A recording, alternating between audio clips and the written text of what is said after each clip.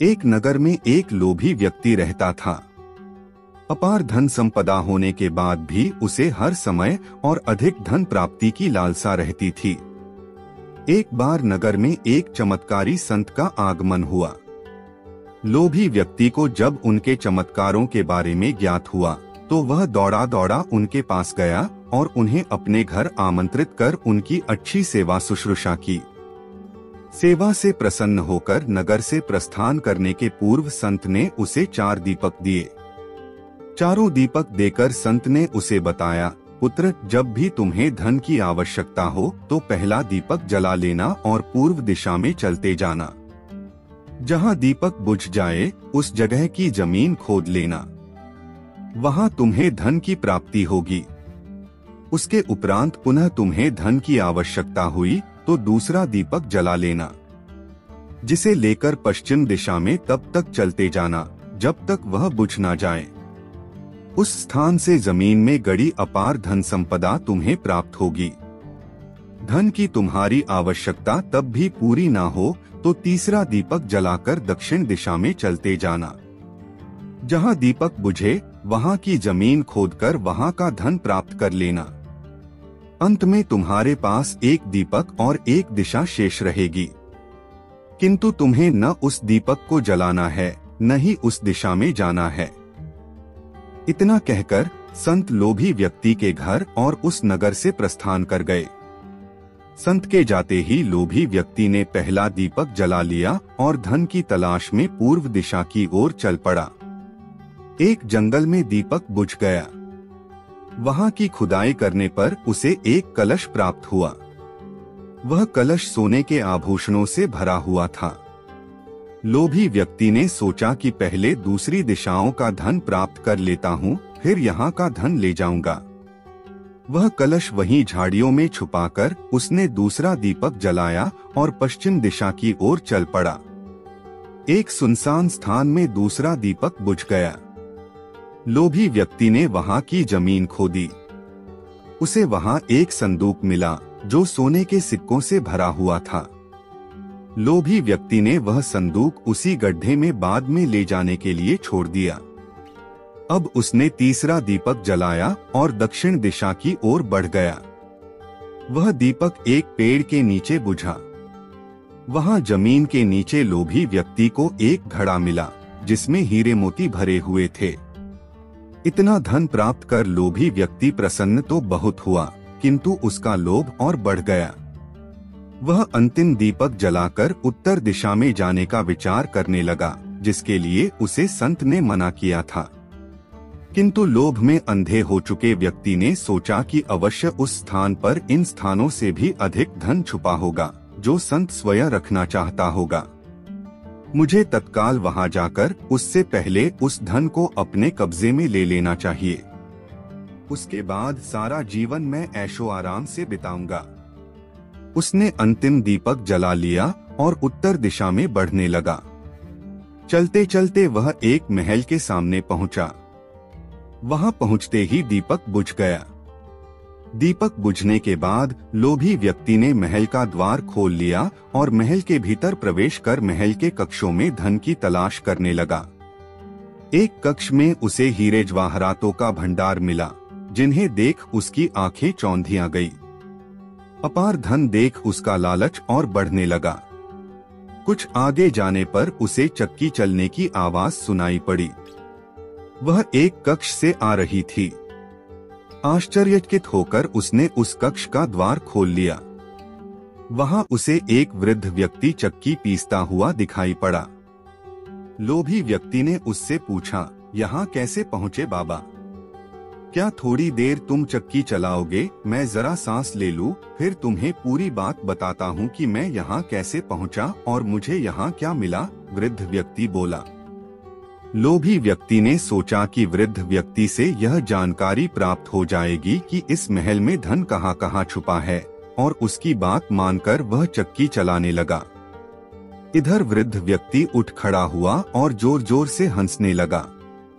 उसे हंसता देख लोभी व्यक्ति ने पूछा, ऐसे क्यों हंस रहे हो? यह कहकर वह चक्की बंद करने लगा। अरे अरे, चक्की बंद मत करना। अब से ये महल तेरा है, इस पर अब तेरा अधिकार है और साथ ही इस चक्की पर भी। ये चक्की तुम्हें अब हर समय चलाते रहना है, क्योंकि चक्की बंद होते ही ये महल ढह जाएगा और तू इसमें दब कर मर जाएगा। गहरी सांस लेकर वृद्ध व्यक्ति आगे बोला, संत की बात न मानकर मैं भी लोभवश आखिरी दीपक जलाकर इस महल में पहुंच गया था। तब से यहाँ चक्की चला रहा हूँ। मेरी पूरी जवानी चक्की चलाते चलाते निकल गई। इतना कहकर वृद्ध व्यक्ति वहाँ से जाने लगा। जाते जाते ये बताते जाओ कि इस चक्की से छुटकारा कैसे मिलेगा, लोभी व्यक्ति पीछे से चिल्लाया। जब तक मेरे और तुम्हारे जैसा कोई व्यक्ति लोभ में अंधा होकर यहाँ नहीं आएगा, तुम्हें इस चक्की से छुटकारा नहीं मिलेगा। इतना कहकर वृद्ध व्यक्ति चला गया। लोभी व्यक्ति चक्की पीसता और खुद को कोसता रह गया। लालच बुरी बला है। एक कक्षा में अध्यापक छात्रों को पढ़ा रहे थे। तभी कक्षा के दो छात्र आपस में झगड़ने लगे। उनका झगड़ा देख अध्यापक ने पूछा, क्या बात है? तुम दोनों ऐसे क्यों झगड़ रहे हो? सर, ये मेरी बात सुन ही नहीं रहा है, बस अपनी बात पर अड़ा हुआ है। एक छात्र बोला, सर मैं इसकी बात क्यों सुनूं, ये जो कह रहा है वो गलत है। ऐसे में इसकी बात सुनकर क्या फायदा? दूसरा छात्र बोला। इसके बाद दोनों फिर से आपस में उलझ गए। दोनों की सुलह कराने अध्यापक ने उन्हें अपने पास बुलाया। दोनों छात्र अध्यापक की डेस्क के पास जाकर खड़े हो गए। एक डेस्क की एक ओर और दूसरा डेस्क की दूसरी ओर। अध्यापक ने डेस्क की दराज से एक गेंद निकाली और उसे डेस्क के बीचों बीच रख दिया। उसके बाद वे दोनों छात्रों से बोले, इस गेंद को देखकर बताओ ये किस रंग की है? ये सफेद रंग की गेंद है सर, पहला छात्र बोला। नहीं सर, ये तो काली है, दूसरा छात्र बोला। दोनों के उत्तर एक दूसरे से भिन्न थे, लेकिन दोनों अपनी बात पर अडिग थे। दोनों में फिर तू मैं होने लगी। अध्यापक ने दोनों को शांत कर अपने स्थान बदलने को कहा। दोनों ने अपने स्थान बदल लिए। अब गेंद को देखकर बताओ कि ये किस रंग की है? अध्यापक ने फिर से वही प्रश्न दोहराया। इस बार भी दोनों के जवाब एक दूसरे से भिन्न थे। अब पहले छात्र ने कहा, सर गेंद काली है, और दूसरे छात्र ने कहा, सर गेंद सफेद है। लेकिन अब की बार वे अपने खुद के जवाब से हैरान भी थे। अध्यापक दोनों को समझाते हुए बोले, ये गेंद दो रंगों की बनी हुई है। एक तरफ से देखने पर सफेद दिखती है तो दूसरी तरफ से देखने पर काली। तुम दोनों के जवाब सही हैं। फर्क बस तुम्हारे देखने में है। जिस जगह से तुम इस गेंद को देख रहे हो, वहां से तुम्हें ये वैसे रंग की दिखाई दे रही है। जीवन भी ऐसा ही है। जीवन में भी किसी चीज, परिस्थिति या समस्या को देखने का नजरिया भिन्न हो सकता है। ये जरूरी नहीं कि जिसका मत आपसे भिन्न है वो गलत है। ये बस नजरिए का फर्क है। ऐसे में हमें विवाद में पड़ने के स्थान पर दूसरे के नजरिए को समझने का प्रयास करना चाहिए। तभी हम किसी की बात बेहतर ढंग से समझ पाएंगे और अपनी बात बेहतर ढंग से समझा पाएंगे। दोनों छात्रों को अध्यापक की बात समझ में आ गई और दोनों ने अपना झगड़ा भुलाकर सुलह कर ली। एक राजा था जिसका बहुत बड़ा राज्य था। उस राजा को पढ़ने और लिखने का बहुत शौक था। राजा ने सभी मंत्रियों को बुलाया और कहा कि मेरे लिए एक गुरु की व्यवस्था की जाए जो इस राज्य में सबसे ज्यादा शिक्षित हो। मंत्रियों की परिषद ने राजा के लिए एक शिक्षक की व्यवस्था की। शिक्षक अब राजा को सिखाने के लिए रोज उसके महल आता। राजा शिक्षक को गुरुजी कहकर बुलाता, जैसे परंपरा होती। राजा दिल लगाकर पढ़ता रहा। ऐसा कई महीनों तक चलता रहा।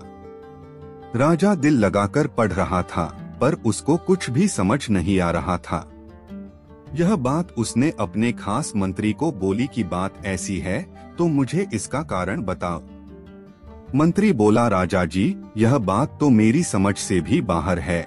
जब आप दिल लगाकर पढ़ रहे हो तो समझ में आना चाहिए। काफी सोचने के बाद मंत्री ने कहा, राजा जी, आप यह बात खुद गुरुजी से पूछिए। राजा को मंत्री की यह बात सही लगी। अगले दिन जब गुरुजी राजा को शिक्षा देने लगे तो राजा को देखकर बोले, आप कुछ परेशान लग रहे हो। राजा ने सारी बात बताई कि मैं दिल लगाकर पढ़ता हूँ, फिर भी मुझे कुछ समझ नहीं आता। तब गुरुजी बोले, राजन, बात बहुत सीधी है। आप राजा हो, हमसे ऊंचे स्थान पर बैठते हो। आप राजा हो यह सही है, परंतु एक गुरु का स्थान सबसे ऊंचा होता है। आपके मन में कहीं न कहीं इस बात का मान है कि आप हमसे ऊंचे हो, और दूसरा, जब भी आप शिक्षा लेते हो खुद सिंहासन पर बैठते हो, जबकि हम आपके नीचे बैठते हैं। गुरु का स्थान हमेशा अपने राजा से ऊपर होता है। इस कहानी से यही शिक्षा मिलती है कि हमारे जीवन में गुरु का स्थान हमेशा ऊंचा होता है। गुरु परमात्मा समान होता है। हमें अपने गुरु की हर बात माननी चाहिए। कभी कभी हम गुस्सा हो जाते हैं कि उन्होंने हमें डांटा, परंतु उसके पीछे हमारा भला ही छिपा होता है। गुरु का हमेशा सम्मान करना चाहिए। एक समय की बात है, एक राजा था। वो बहुत ही दानी था। लोगों को दान देना वो अपना काम समझता था। राजा से दान लेने के लिए बहुत भिखारी आते थे। 2 भिखारी रोज दान लेने के लिए राजा के पास आते थे। उनमें से एक युवा था जिसका नाम राजू था। दूसरा भिखारी एक बूढ़ा था जिसका नाम माखन था। वो रोज दान लेने के लिए आते तो राजा को भी उनके नाम याद हो गए। अब राजा उनको उनके नाम के साथ बुलाता था। ऐसा करते करते 6 महीने हो गए। राजा जब भी दान देता, युवा लड़का जिसका नाम राजू था वो दान लेके बोलता, राजा जी, आपका धन्यवाद, आप बहुत दयालु हो। जब भी बूढ़ा आदमी जिसका नाम माखन था राजा से दान लेता तो वो परमात्मा का धन्यवाद करता, बोलता, आप महान हो परमात्मा जो इस गरीब पर कृपा करते हो। राजा सोचता, यह कभी तो मेरा शुक्रिया अदा करेगा। बहुत दिन निकल गए। अब राजा को गुस्सा आने लग गया।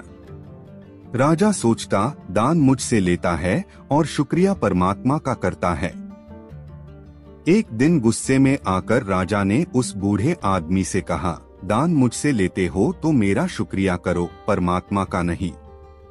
बूढ़ा आदमी बोला, राजा जी, परमात्मा ही सबको देता है। अब राजा ने सोच लिया कि इसके मुख से अपना शुक्रिया करवा के ही रहेगा। अब राजा रोज ऐसा करता जिससे उस युवा लड़के को ज्यादा धन मिले और उस बूढ़े आदमी को कम। परंतु होता उल्टा ही। एक दिन राजा ने उस युवा लड़के को एक तरबूज दिया और उस बूढ़े आदमी को पैसे। रामू सोचता रहा कि मैं इस तरबूज का क्या करूँगा।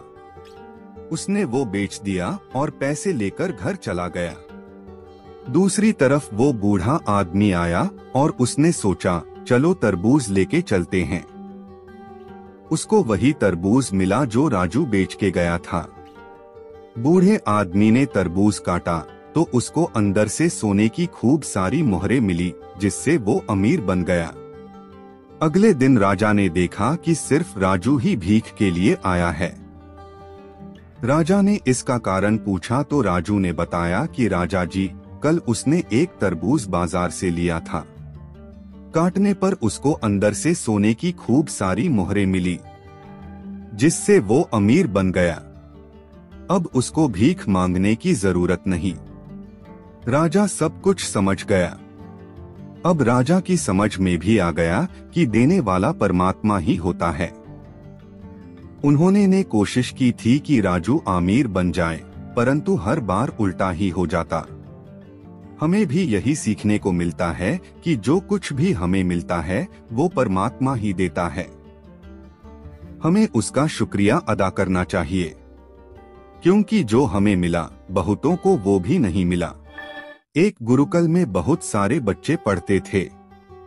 वो अपनी शिक्षा बहुत अच्छे से ले रहे थे। ऐसे करते करते उनकी शिक्षा संपूर्ण हो गई।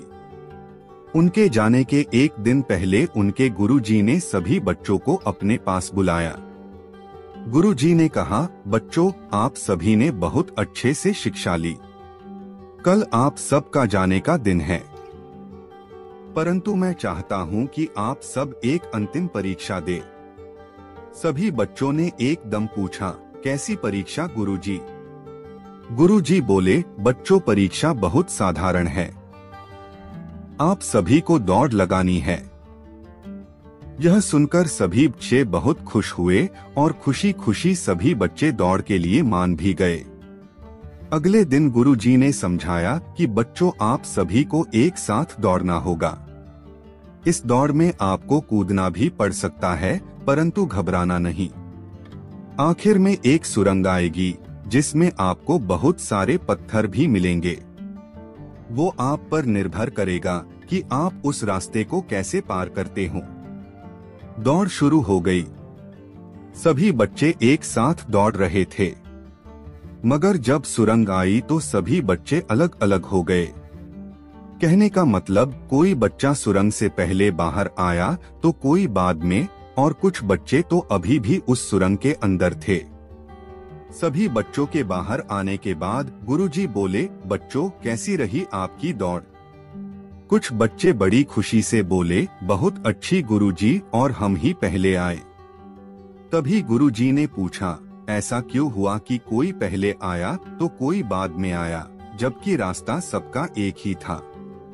तभी एक बच्चा खड़ा होकर बोला, गुरुजी, वो पहले तो हम सब एक साथ ही दौड़ रहे थे, परंतु जब सुरंग आई तब हम सब आगे पीछे हो गए।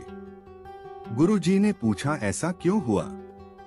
बच्चे ने उत्तर दिया, वो गुरुजी, सुरंग में बहुत अंधेरा था, कुछ भी दिखाई नहीं दे रहा था। वहां पर बहुत से पत्थर भी पड़े थे। कुछ उनको उठा के एक तरफ करने लग गए ताकि उनसे बच के निकला जा सके।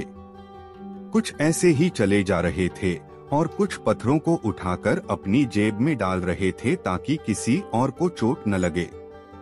इसी चक्कर में सब आगे पीछे हो गए। अब गुरुजी ने बोलना शुरू किया और कहा, वो बच्चे आगे आ जाएं जिसने वो पत्थर उठाकर अपनी जेब में डाले। वो सब बच्चे आगे आ गए।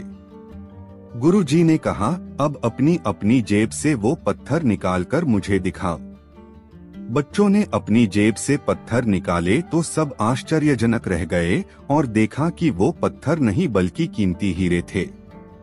गुरुजी ने कहा, बच्चों, यह आपकी परोपकारी का इनाम है, क्योंकि आपने दौड़ के साथ दूसरे लोगों के बारे में भी सोचा कि उनको कोई नुकसान न पहुंचे। आजकल सभी को आगे निकलना होता है। आगे निकलने की दौड़ में हम सही गलत सब कुछ भूल जाते हैं, लेकिन सही शब्दों में सफल इंसान वही होता है जो आगे निकलने के लिए कभी भी किसी का बुरा नहीं सोचता और दूसरे के भले के बारे में पहले सोचता है। यही असल शब्दों में सफलता होगी। एक गांव था जो जंगल के बिल्कुल पास था। वहां के लोग लकड़ी काट कर अपना पेट भरते थे। वो लकड़ी काट कर लाते और शहर में बेच आते थे। जंगल में बहुत सारे जंगली जीव रहते थे। वहां के लोग जब लकड़ी काटने के लिए जाते तो बहुत बार वो जंगली जानवरों का शिकार बन जाते। इन सब से बचने के लिए उन्होंने पेड़ पर चढ़ना सीखा। वो हर रोज पेड़ पर चढ़ने की कोशिश करते। कभी चढ़ने में सफल हो जाते तो कभी गिर जाते। उस गांव में एक बाबा रहते थे जो इस काम में माहिर थे। सभी उनके पास गए और वो सिखाने के लिए मान गए। अब बाबा उनको हर रोज पेड़ पर चढ़ना सिखाते। एक दिन ऐसा आया जब सभी युवा पेड़ पर चढ़ना सीख गए। आखिर में उनके अभ्यास का आखिरी दिन आ गया। बाबा ने बोला, चलो आज मैं तुम सबकी परीक्षा लेता हूँ। सभी परीक्षा देने के लिए मान गए। अब पहला युवक आया और पेड़ पर जल्दी जल्दी से चढ़ा। वो आधा नीचे आ गया, तभी बाबा बोले, बेटा संभल के नीचे आना। इसी तरह दूसरा युवक जल्दी जल्दी ऊपर चढ़ा और जब बिल्कुल नीचे आ ही गया तो बाबा जी बोले, बेटा संभल कर। फिर तीसरा युवक चढ़ा तो जब वो भी नीचे आने ही लगा तो बाबा बोले, संभल कर बेटा। इसी तरह बाबा ने सबको कहा। सभी हैरान थे कि जब ऊपर जा रहे होते तब बाबा को यह बात बोलनी चाहिए थी, परंतु जब हम नीचे आने ही वाले होते तो क्यों बोलते बाबा जी। किसी की पूछने की हिम्मत नहीं थी। तभी एक युवा बोला, बाबा आपकी एक बात समझ नहीं आई। बाबा ने पूछा, क्या बेटा? युवा बोला, बाबा जब हम पेड़ से नीचे उतरने वाले होते आप तब बोलते संभल कर उतरना, जबकि वहां तो हम आराम से नीचे आ सकते। बाबा ने ध्यान से बात सुनी और फिर कहा, बेटा इसका कारण यह है कि जब आप ऊपर जा रहे होते तो खुद ही सावधान होते हो, परंतु गलती तब होती है जब हम अपनी मंजिल के बिल्कुल पास पहुंच जाते हैं। उस समय आप बेफिक्र हो जाते हो कि अब तो कोई रिस्क ही नहीं, जबकि रिस्क उसी समय होता है। सभी बाबा की बात से सहमत थे। इस कहानी से हमें यह सीखने को मिलता है कि गलती तब ही होती है जब हम अपनी मंजिल के बिल्कुल पास होते हैं, क्योंकि उस समय लगता है कि यह तो हम बड़े आराम के साथ कर लेंगे, लेकिन तब हम अपने लक्ष्य से ध्यान हटा लेते हैं, जिसका परिणाम हमें बहुत दुख देता है। एक गरीब आदमी अपनी गरीबी से इतना नाखुश था कि उसने निकट के नदी में अपने जीवन को समाप्त करने के बारे में सोचा। जब वो व्यक्ति नदी के पास गया, वहां नदी के किनारे पर एक साधु महाराज थे। उन्होंने उसे ऐसा करने से रोक दिया। साधु ने उस व्यक्ति से जीवन खत्म करने का कारण पूछा तो उस आदमी ने सारी बात साधु महाराज को बताई। आदमी की परेशानियों को सुनकर साधु महाराज ने उसे बताया कि मेरे पास एक उपाय है। मेरे पास एक ऐसा जादुई जग है जो तुम्हारी सभी इच्छाओं को पूरा करेगा, लेकिन जब भी यह जग टूट जाएगा उसी समय तुमसे सब कुछ छिन जाएगा और फिर सब कुछ गायब हो जाएगा। साधु ने कहा कि यदि तुम मेरी 2 साल तक सेवा करते हो तो मैं वो जग तुम्हें दे दूंगा, और यदि तुम मेरी सेवा 4 साल तक करते हैं तो मैं तुमको वो जग बनाने के लिए मंत्र भी सिखा दूंगा। आदमी साधु महाराज को कहता है, मैं केवल 3 साल की सेवा करना चाहता हूँ, फिर मुझे वो जग देना, मैं उसको संभाल कर रखूंगा और उसे टूटने नहीं दूंगा। 2 साल की सेवा करने के बाद आदमी को वो जग मिल जाता है और वह खुशी से अपने घर जाता है। इस तरह उसने उस जादुई जग के साथ अपनी सारी इच्छाओं को पूरा करना शुरू कर दिया। सबसे पहले उसने खुद के लिए एक सुंदर महल और उसके बाद पैसे मांगे। इस तरह उसके आसपास के गांवों और शहरों में चर्चा शुरू हो गई। अब वो उन सभी को खाने के लिए बुलाता और उनसे अच्छा व्यवहार करता, परंतु अब उसने शराब पीनी शुरू कर दी। एक दिन उसने शराब पीकर वो जग सिर पर रख लिया और नाचना शुरू कर दिया। अचानक वह जग उसके सिर से गिर गया और टूट गया। जग के टूटने के बाद सब कुछ गायब हो गया। अब आदमी ने पश्चाताप करना शुरू कर दिया और कहा, काश मैंने शराब न पी होती, थोड़ा वक्त और रुककर महाराज जी से वो जग बनाने की तरकीब सीख ली होती। इससे हमें यह शिक्षा मिलती है कि हमें कोई भी काम करने के लिए जल्दबाजी नहीं करनी चाहिए। पहले उसके बारे में अच्छी तरह से ज्ञान लेना चाहिए, फिर ही काम शुरू करना चाहिए। एक लड़का सुबह सुबह तालाब के किनारे दौड़ने को जाया करता था। आते जाते वो एक बूढ़ी महिला को देखता था। वो बूढ़ी महिला हर रोज तालाब के किनारे छोटे छोटे कछुओं की पीठ को साफ किया करती थी। लड़का यह सब हर रोज देखता था। एक दिन उसने सोचा कि इसका क्या कारण हो सकता है। वो लड़का उस बूढ़ी महिला के पास गया और उनका अभिवादन किया। नमस्ते आंटी जी, मैं आपको हर रोज कछुओं की पीठ को साफ करते हुआ देखता हूँ। आप यह क्यों करती हो? बूढ़ी महिला ने बड़े प्यार से लड़के को देखा और बोला, बेटा, मैं यहाँ हर रविवार आती हूँ। मुझे इन कछुओं की पीठ को साफ करके अच्छा लगता है। अंदर से शांति का अनुभव होता है, क्योंकि इनकी पीठ पर जो कवच होता है उस पर कचरा जमता जाता है, जिसकी वजह से इनकी गर्मी पैदा करने की क्षमता कम हो जाती है। इसलिए इन कछुओं को तैरने में मुश्किल का सामना करना पड़ता है। अगर कुछ समय बाद तक अगर ऐसा ही रहे, इसको साफ ना किया जाए, तो ये कवच भी कमजोर हो जाते हैं, जिससे इनकी जिंदगी भी खतरे में पड़ जाती है। इसलिए मैं इन कवच को हर रविवार साफ करने आती हूँ।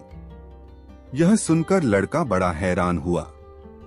उसने फिर एक जाना पहचाना सा सवाल किया और बोला, बेशक आप बहुत अच्छा काम कर रहे हैं, लेकिन फिर भी एक बात सोचिए कि इन जैसे कितने कछुए हैं जो इनसे भी बुरी हालत में हैं। जबकि आप सभी के लिए ये नहीं कर सकते, तो उनका क्या? क्योंकि आपके अकेले के बदलने से तो कोई बड़ा बदलाव नहीं आएगा। बूढ़ी महिला मुस्कुराई और बोली, भले ही मेरे ऐसा करने से दुनिया में कोई बड़ा बदलाव नहीं आएगा, लेकिन सोचो, इस एक कछुए की तो पूरी दुनिया ही बदल जाएगी। इसके लिए तो ये बहुत बड़ी बात होगी। बस यही सोचकर मुझे खुशी और सुकून मिल जाता है कि मैं दुनिया को तो नहीं बदल सकती, लेकिन मैंने किसी की दुनिया तो बदल दी। आपके अकेले आगे बढ़कर कुछ करने से इस दुनिया में कोई बहुत बड़ा बदलाव न आए, लेकिन ऐसा जरूर हो सकता है कि किसी एक की जिंदगी बदल जाए। सोचकर देखिए, आपकी वजह से किसी एक की जिंदगी बदल जाए तो आपको कितना सुकून और खुशी महसूस होगी। जैसे बूंद बूंद पानी से समुंदर बन जाता है, वैसे ही हजारों लोगों द्वारा किए गए छोटे छोटे प्रयास एक दिन इस समाज में बहुत बड़ा बदलाव ला सकते हैं। हमें भी इन छोटे छोटे बदलाव से ही शुरुआत करनी चाहिए और दूसरों को भी ऐसा करने के लिए प्रेरणा देनी चाहिए। एक बार असुरराज हिरण्यकशिपु विजय प्राप्ति के लिए तपस्या में लीन था। मौका देखकर देवताओं ने उसके राज्य पर कब्जा कर लिया। उसकी गर्भवती पत्नी को ब्रह्मर्षि नारद अपने आश्रम में ले आए। वे उसे प्रतिदिन धर्म और विष्णु महिमा के बारे में बताते। यह ज्ञान गर्भ में पल रहे पुत्र प्रहलाद ने भी प्राप्त किया। बाद में असुरराज ने ब्रह्मा के वरदान से तीनों लोकों पर विजय प्राप्त कर ली तो रानी उसके पास आ गई। वहां प्रहलाद का जन्म हुआ। बाल्यावस्था में पहुंचकर प्रहलाद ने विष्णु भक्ति शुरू कर दी। इससे क्रोधित होकर हिरण्यकशिपु ने अपने गुरु को बुलाकर कहा कि ऐसा कुछ करो कि यह विष्णु का नाम रटना बंद कर दे। गुरु ने बहुत कोशिश की, किंतु वे असफल रहे। तब असुरराज ने अपने पुत्र की हत्या का आदेश दे दिया। उसे विष दिया गया, उस पर तलवार से प्रहार किया गया, विषधरों के सामने छोड़ा गया, हाथियों के पैरों तले कुचलवाना चाहा, पर्वत से नीचे फेंकवाया, लेकिन ईश कृपा से प्रहलाद का बाल भी बांका नहीं हुआ। तब हिरण्यकशिपु ने अपनी बहन होलिका को बुलाकर कहा कि तुम प्रहलाद को लेकर अग्नि में बैठ जाओ, जिससे वह जलकर भस्म हो जाए। होलिका को वरदान था कि उसे अग्नि तब तक कभी हानि नहीं पहुंचाएगी जब तक कि वह किसी सद्वृत्ति वाले मानव का अहित करने की न सोचे। अपने भाई की बात को मानकर होलिका भतीजे प्रहलाद को गोदी में लेकर अग्नि में बैठ गई। उसका अहित करने के प्रयास में होलिका तो स्वयं जलकर भस्म हो गई और प्रहलाद हंसते हुए अग्नि से बाहर आ गया। इसलिए होली पर्व मनाते समय वास्तविक भाव को ध्यान में रखकर होली दहन करें। इसके लिए फिर आप चाहे तो विगत वर्षों के बुरे अनुभवों और असफलताओं को एक कागज पर लिखकर अग्नि को समर्पित कर दें। अपने मन में चल रहे नकारात्मक भावों को होली दहन में डाल दें। तभी आप भी सकारात्मकता सोच से आगे बढ़ते हुए प्रहलाद की तरह ईश कृपा के पात्र बन जाएंगे। एक बार की बात है, एक छोटे से गांव में कावेरी नाम की एक महिला रहती थी। वह एक दयालु और अच्छी इंसान थी जो हमेशा अपने और अपने परिवार के लिए अच्छी चीजें चाहती थी। कावेरी के पास एक प्यारा पति और एक खूबसूरत बेटी थी, लेकिन उसकी सास कमला उसके प्रति बहुत अच्छी नहीं थी। कमला अक्सर घटिया बातें कहती थी और कावेरी को दुखी करती थी। एक दिन जब कावेरी बाजार में घूम रही थी तो उसे एक विशेष दुकान मिली। दुकानदार एक बूढ़ा और बुद्धिमान व्यक्ति था। कावेरी ने उससे कहा कि वह खुश रहना चाहती है और चाहती है कि उसके साथ अच्छी चीजें हों, भले ही उसकी सास निर्दयी थी। दुकानदार मुस्कुराया और उसे एक अनोखी साड़ी दिखाई। उन्होंने कहा कि यह एक अनोखी साड़ी है और यह उसके जीवन में सौभाग्य और खुशियां लाएगा। कावेरी ने वह अनोखी साड़ी खरीदने का फैसला किया और तुरंत उसे घर जाकर पहन लिया। जब कावेरी ने वह अनोखी साड़ी पहनना शुरू किया तो चमत्कार हो गया। उसकी सास कावेरी के साथ बुरा बर्ताव करने की बजाय उसके साथ प्यार और सम्मान से पेश आने लगी। कावेरी बहुत खुश थी क्योंकि उसकी सास उसकी सबसे बड़ी समर्थक और सबसे अच्छी दोस्त बन गई थी। गांव के लोग इस बदलाव को देखकर आश्चर्यचकित रह गए। उस अनोखी साड़ी की वजह से कावेरी के परिवार में खुशियां आने लगीं। गांव बहुत अच्छी जगह बन गया और कावेरी का पति सफल हो गया। उनका घर हमेशा प्यार से भरा रहता था और सभी का आपस में मेल जोल रहता था। कावेरी की बेटी एक प्यारे और देखभाल करने वाले घर में बड़ी हुई और वह बहुत खुश थी। अनोखी साड़ी की कहानी दूर दूर तक फैल गई और लोगों को दया और क्षमा का महत्व सिखाया। कावेरी बहादुरी का प्रतीक बन गई और उसने सभी को दिखाया कि दयालु होने से बड़ा बदलाव आ सकता है, चाहे चीजें कितनी भी कठिन क्यों न लगे। इस तरह उस अनोखी साड़ी के साथ मिलने वाली अच्छी चीजों का आनंद लेते हुए गांव हमेशा खुशहाल रहने लगा। साड़ी ने न केवल कावेरी की जिंदगी बदली बल्कि एक महत्वपूर्ण सबक भी सिखाया कि प्यार और क्षमा मुश्किल समय में भी खुशी और चमत्कार ला सकती है। दूसरों के प्रति दयालु होने से हम उनके और हमारे जीवन में भी खुशियां ला सकते हैं।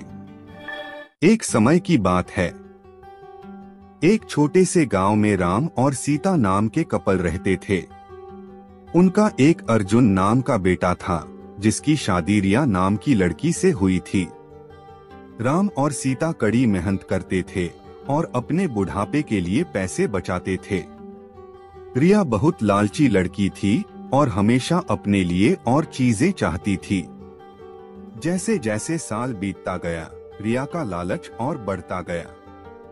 वह अपने पास रखे चीजों से कभी संतुष्ट नहीं रहती थी। वह हमेशा अपने सास ससुर से महंगे तोहफे मांगा करती थी और उनके बचाए हुए पैसों में से भी कुछ हिस्सा अपने लिए मांगती थी। राम और सीता बहुत ही अच्छे पेरेंट्स थे, इसलिए उसकी सारी जरूरतों को पूरा करते थे ताकि परिवार में शांति बनी रहे। वह अपने पति अर्जुन के ऊपर भी दबाव डालती थी कि वह अपने माँ बाप से पैसे और संपत्ति मांगे। वह बहुत ज्यादा संपत्ति इकट्ठा करना चाहती थी बिना किसी मेहनत के। एक दिन राम और सीता ने यह फैसला लिया कि वह रिया को सबक सिखाएंगे। वह उसे बुलाते हैं और बोलते हैं, बेटा हमें तुमसे कुछ जरूरी बातें करनी है। हमने यह फैसला लिया है कि हम अपनी जायदाद का कुछ हिस्सा अपने बच्चों में बांटेंगे और उसका कुछ हिस्सा तुम्हें भी देना चाहते हैं। रिया खुशी से झूम उठती है क्योंकि वह हमेशा से यही चाहती थी। लेकिन राम और सीता के मन में कुछ और ही चल रहा था। उन्होंने एक पत्थरों से भरा हुआ बैग उसे दे दिया और बोला, बेटी यह तुम्हारे हिस्से की संपत्ति है। रिया उस बैग को देखकर गुस्सा हो गई। उसने उस पत्थर से भरे हुए बैग को जमीन पर फेंका और जोर से चिल्लाते हुए बोली, मेरा मजाक उड़ाने की तुम्हारी हिम्मत कैसे हुई? मुझे पैसे चाहिए, ये पत्थर नहीं। राम और सीता ने शांत तरीके से उसे समझाया और बोले, रिया सच्ची संपत्ति सिर्फ पैसे और चीजों के बारे में नहीं है। यह प्यार, दया और जो कुछ भी तुम्हारे पास है उसके लिए आभारी होने के बारे में है। हमने हमेशा तुमसे प्यार किया है और तुम्हारी देखभाल की है और यह पैसों से भी अधिक कीमती है। रिया को एहसास हुआ कि वह लालच में कितनी अंधी हो गई थी। उसको अपने किए गए बर्ताव के लिए पछतावा होने लगता है। उसने अपने सास और ससुर से माफी मांगी और अपने तरीके बदलने का वादा किया। उस दिन के बाद से उसमें बदलाव आया और वह एक अच्छी बहू बन गई। रिया के बदलाव की बात पूरे गांव में फैल गई और सभी ने एक बेहतर इंसान बनने के लिए उसकी प्रशंसा की। रिया अपने परिवार का ख्याल रखते हुए और उनके बीच मिले प्यार के लिए आभारी होकर हमेशा खुश रहने लगी। सच्चा धन प्यार, दया और जो हमारे पास है उसके लिए आभारी होने से आता है, न कि हमेशा और अधिक चीजों की चाह रखने से। एक समय की बात है, एक बड़े से महल में एक राजा रहता था। वह बहुत लालची था। उसके पास बहुत सारे पैसे होने के बावजूद वह उससे संतुष्ट नहीं था। एक दिन एक बूढ़ा आदमी राजा के महल में आता है। वह राजा को एक अनोखा हीरा दिखाता है और कहता है कि इस हीरे से तुम जो कुछ भी मांगोगे वह तुम्हें मिल जाएगा। लेकिन उसने राजा को चेतावनी दी कि हर इच्छा की एक कीमत होगी। राजा बहुत खुश हो जाता है और हीरे को अपने पास रख लेता है। वह अपनी पहली इच्छा मांगता है कि उसे ढेर सारे सोने के सिक्के मिल जाएं।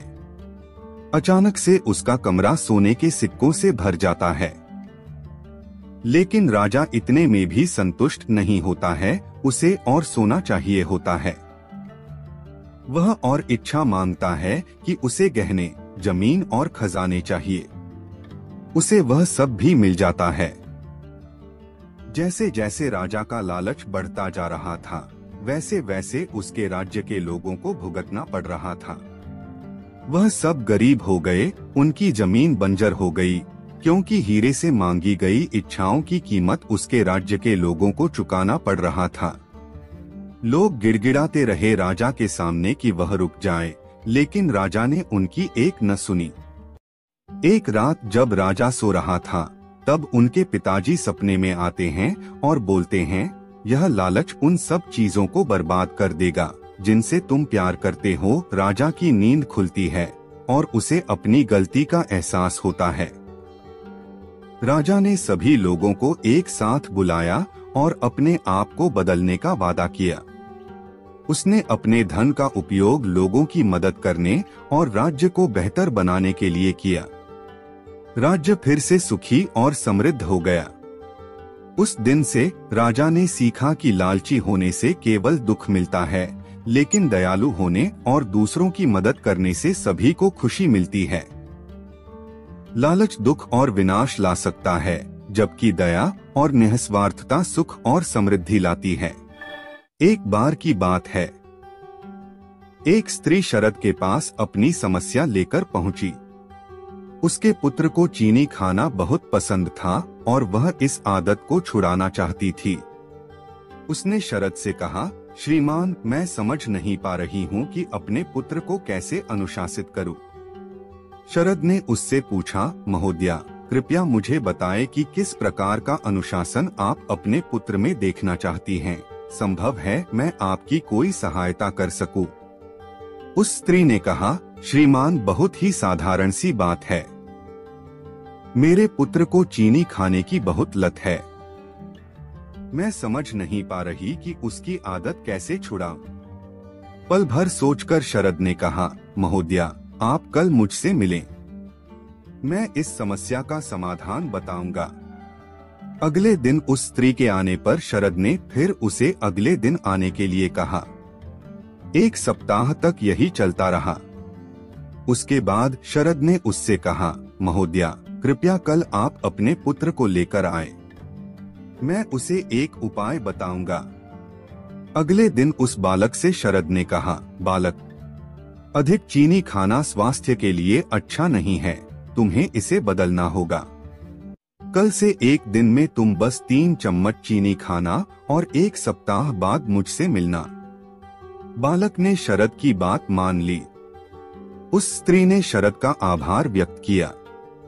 1 सप्ताह पश्चात दोनों आए पर शरद ने उन्हें अगले सप्ताह आने के लिए कहा। 2 सप्ताह तक यही क्रम चला।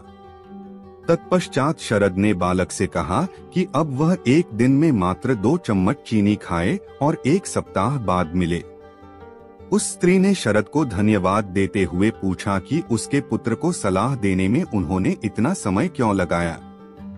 शरद ने उत्तर दिया, महोदया, सच तो यह है कि आपके पुत्र को चीनी खाने से अनुशासित करने से पहले मुझे स्वयं को अनुशासित करना पड़ा, क्योंकि मुझे भी चीनी खाने की लत है। एक बार की बात है, 3 व्यक्ति राजा के दरबार में आए और स्वयं को संसार में सबसे चतुर और ज्ञानी बताने लगे। राजा ने उनका स्वागत किया और कहा, पंडितों, आपने हमारे राज्य में पधारकर हमारा मान बढ़ाया है। हमारा आतिथ्य स्वीकारें और अपना ज्ञान हमें दें। तत्पश्चात राजा ने उन पंडितों को अपने सलाहकारों के ज्ञान के विषय में बताया और उनकी प्रशंसा करी। राजा की बातों से प्रसन्न पंडितों में से एक ने कहा, महाराज, आपने अपने दरबारियों की बहुत प्रशंसा करी है। कृपया पहले हमें अपनी बुद्धि का परिचय देने दें। हम में से हर कोई एक प्रश्न पूछेगा। यदि कोई हमें उसका उत्तर देगा तो हम उसे सबसे बुद्धिमान मानकर अपना गुरु बना लेंगे। राजा ने शर्त मान ली। उनके द्वारा पूछे गए प्रश्नों का कोई भी दरबारी सही उत्तर न दे सका। राजा ने सोचा कि केवल विक्रम ही इनके प्रश्नों का सही उत्तर दे सकता है। उन्होंने तुरंत दूत भेजकर विक्रम को बुलवाया। विक्रम अपने गधे पर बैठकर महल पहुंचा और झुककर राजा का अभिवादन किया। राजा ने विक्रम का परिचय पंडितों से करवाकर कहा, श्रीमान विक्रम के समक्ष अब आप लोग अपना प्रश्न रखें। मुझे पूरा विश्वास है कि आप लोगों को सही उत्तर अवश्य मिलेगा। एक ने विक्रम से पूछा, धरती का बीचों बीच मध्य कहाँ पर है? विक्रम प्रश्न पूछने वाले की चतुराई तुरंत समझ गया। उसने अपने गधे को दिखाते हुए कहा, जहाँ मेरे गधे का पैर है वहीं धरती का मध्य है। आप यह कैसे कह सकते हैं? उस व्यक्ति ने पूछा। विक्रम ने उत्तर दिया, यदि आपको कोई शंका है तो आप नापकर देख लें कि बीचों बीच कहाँ आता है। दूसरे पंडित ने आकर पूछा, विक्रम बताओ तो हमारे सिर के ऊपर आसमान में कितने तारे हैं? विक्रम ने शांतिपूर्वक कहा, मेरे गधे के बाल जितने तारे हैं। तुम्हें कैसे मालूम? पंडित ने पूछा। विक्रम ने उत्तर दिया, श्रीमान यदि आपको कोई शंका हो तो गिन लीजिए। तीसरे पंडित ने आकर विक्रम से पूछा, बताओ मेरी दाढ़ी में कितने बाल हैं? विक्रम ने उत्तर दिया, ठीक उतने ही जितने मेरे गधे की पूंछ में हैं।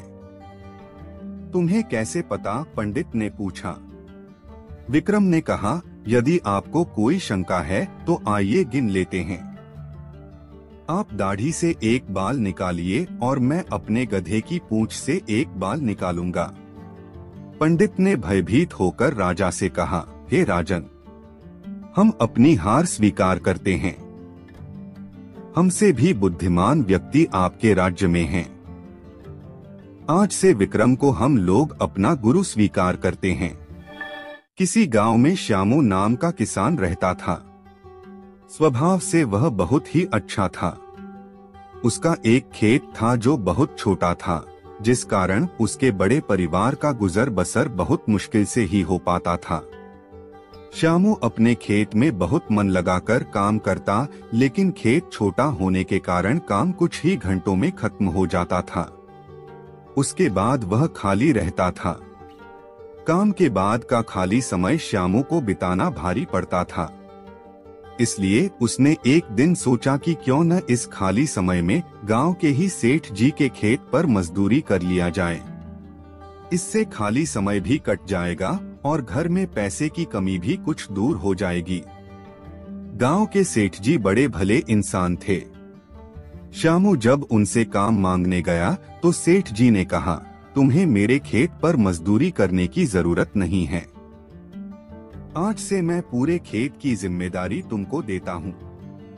जो भी फसल होगी आधा मुझे दे देना और आधा तुम ले जाना। सेठ जी के इस भले व्यवहार से श्यामू बहुत खुश हुआ और अगले ही दिन उनके खेत पर काम शुरू कर दिया। वह प्रतिदिन सुबह सबसे पहले अपने खेत का काम खत्म करता और फिर सेठ जी के खेत में काम करने चला जाता था। एक दिन दोपहर को जब श्यामू सेठ जी के खेत में हल चला रहा था, उसी वक्त उसका पैर किसी सख्त चीज से टकराया। जब उसने मिट्टी हटाकर देखा तो वहां पर मिट्टी से बना एक छोटा मटका था, जिसके ऊपर लाल कपड़ा बंधा हुआ था। श्यामू पहले तो थोड़ा डर गया, लेकिन फिर भी उसने थोड़ा साहस करते हुए मटके पर बंधा कपड़ा हटाया। जैसे ही उसने मटके के अंदर देखा, उसके आश्चर्य का ठिकाना न रहा। उसमें सोने के कई आभूषण थे। श्यामू को अब समझ ही नहीं आ रहा था कि वह इन कीमती आभूषणों का क्या करे। एक ओर वह सोचता, इसे किसी सुनार को बेचकर अपने घर की पैसे की कमी हमेशा के लिए खत्म कर देता हूँ। वही दूसरे ही पल सोचता कि यह जमीन सेठ जी की है, ये उन्हें ही सौंपना उचित होगा। काफी देर तक उलझन में पड़े रहने के बाद वह अंत में सेठ जी के घर ही गया। उसने सेठ जी को सारी कहानी बताकर मटका उन्हीं के सामने रख दिया। मिट्टी का वह मटका देखकर सेठ जी उसे पहचान गए और बोले, ये मेरी दादी के आभूषण हैं। मैं कई वर्षों से इसे खोजने की कोशिश कर रहा था। मुझे पता नहीं था कि ये कहाँ गड़े हुए हैं। इन्हें अचानक खोजकर तुमने बहुत बड़ा उपकार किया है। तुम्हें इस काम के लिए कोई बड़ा इनाम तो मिलना ही चाहिए। सेठ जी, मुझे आपने अपने खेत पर काम दिया, यही बहुत है। अब मुझे कोई इनाम नहीं चाहिए। श्यामू ने सेठ जी से हाथ जोड़कर आग्रह किया। फिर सेठ जी ने कहा, श्यामू, मैं जानता हूँ तुम बहुत मेहनती और ईमानदार हो, लेकिन इनाम तो तुम्हें स्वीकार करना ही होगा। सेठ जी थोड़े देर रुके और फिर कहा, मेरे जिस खेत पर तुम काम कर रहे हो, आज से वह तुम्हारा है। तुम उसके मालिक हो। सेठ जी के मुंह से यह बात सुनकर श्यामू खुशी से झूम उठा। उसकी आंखों में खुशी के आंसू थे। वह मन ही मन सोच रहा था कि यदि वह लालच में पड़कर अपनी ईमानदारी को भूल जाता तो उसे इतना बड़ा इनाम नहीं मिलता। ईमानदारी सबसे अच्छी नीति है। थोड़े से लालच के लिए किसी के साथ बेईमानी नहीं करनी चाहिए। रघु कभी भी एक जगह टिककर काम नहीं करता था। उसकी हाजिर जवाबी से ही उसका गुजारा चल जाता था। साथ ही सबकी सहायता करने के कारण वह अत्यंत लोकप्रिय था। रघु के गांव में एक महाजन था जो लोगों को बहुत अधिक ब्याज पर पैसे उधार देता था। चूंकि पूरे गांव में एकमात्र वही महाजन था, इसलिए कोई कुछ बोल ही नहीं पाता था। उस महाजन को बस एक ही बात बुरी लगती थी कि रघु ने कभी भी उससे उधार नहीं लिया था।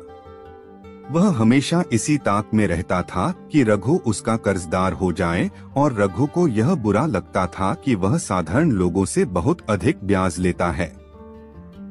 एक दिन महाजन को सीख देने का मौका रघु को मिल ही गया। रघु ने महाजन को छज्जे पर खड़ा देखा। उसे एक युक्ति सूझी।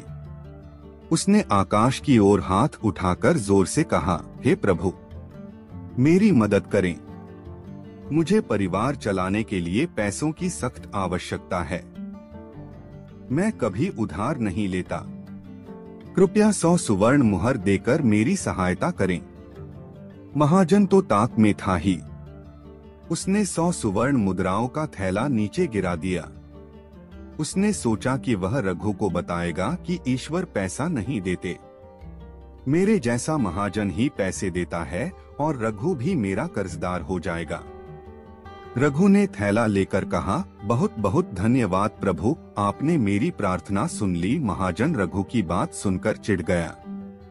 नीचे जाकर रघु से उसने कहा, रघु, तुम कितने मूर्ख हो। तुम क्या समझते हो ईश्वर ने तुम्हारी मदद की है। यह जो पैसा तुम्हारे हाथ में है वह मेरा है। मेरे जैसे बड़े दिल वाला ही मदद कर सकता है। कोई बात नहीं, तुम बाद में मुझे वापस कर देना। रघु ने तुरंत कहा, तुम मुझे मूर्ख कह रहे हो, मैं तुम्हें भली भांति जानता हूँ। ईश्वर ने मेरी मदद की है, मुझे मूर्ख मत बना। महाजन की बात रघु ने नहीं मानी। अंत में महाजन ने कहा, ठीक है, अभी पता चल जाएगा कि कौन मूर्ख है। मेरे साथ मुखिया जी के पास चलो, वही निर्णय करेंगे। रघु तो यही चाहता था। उसने कहा, ठीक है, चलूंगा, पर देखो मेरे पास पहनने के लिए अच्छे कपड़े नहीं हैं। यदि अच्छे कपड़े में नहीं चलूंगा तो तुम नहीं जीतोगे, इसलिए पहले कपड़े। महाजन ने सोचा कि निर्णय तो मेरे ही पक्ष में होना है। कम से कम रघु को अच्छे कपड़े दे देता हूँ। उसने अपने कपड़े दे दिए। इसी प्रकार रघु ने महाजन से कोट, जूते और यहाँ तक कि घोड़े का भी इंतजाम करवा लिया। दोनों घोड़े पर सवार होकर मुखिया जी के पास पहुँचे। मुखिया जी को अपनी बात बताकर महाजन ने न्याय मांगा। मुखिया जी ने बारी बारी से दोनों को देखा और फिर रघु से बोला, तुम्हें कुछ कहना है क्या? रघु ने कहा, हुजूर, इस व्यक्ति की बुद्धि खराब हो गई है। जो कुछ भी मेरे पास है उसे यह अपना बताता है। यदि आप उससे पूछें कि मेरे कपड़े, जूते, घोड़े किसके हैं, तो यह उसे भी अपना ही बताएगा। ऐसी स्थिति में स्वर्ण मुद्राओं के संबंध में भी आप उससे उसी उत्तर की अपेक्षा कर सकते हैं।